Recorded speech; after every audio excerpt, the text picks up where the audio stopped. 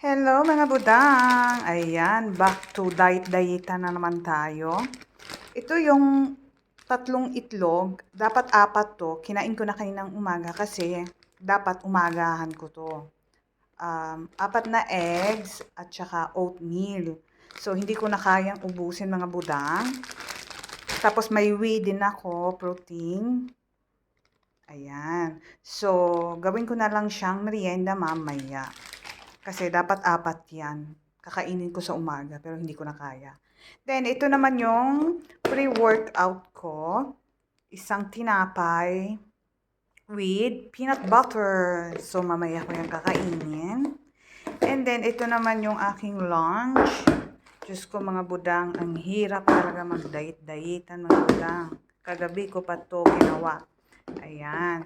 So, meron tayo dito 150 grams na chicken and 100 grams na rice. Kasi pag mag-gym ka, kailangan mo ng carbo.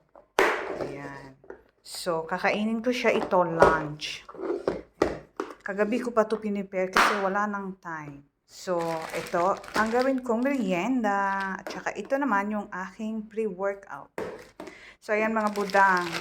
Umpisahan na naman natin ang ating mga muscles. Char. Sana makagain ng muscles kasi yun yung aking gustong gawin. Ayan. Sana muskulado tayo mga budang. Ayan, char. So, lahat po ng kinakain ko is tinitimbang ko. Dapat more protein. Tapos may may whey. Whey ang tawag nila, yung protein. Ayan. So, kailangan din natin mga budang ng carbs. Kasi pag nagbubuhat ka, need ng carbs kasi doon mo kinukuha yung lakas mo. O, ayan na mga budang. See you soon! Para mag-uumpisa ako today. So, ngayon ay 28 na yata ngayon. 28 of August. So, see you mga 4 weeks, mga 1 month. Ayan, baka makagain na tayo ng muscles. Bye-bye, mga budang-dang ng bayan!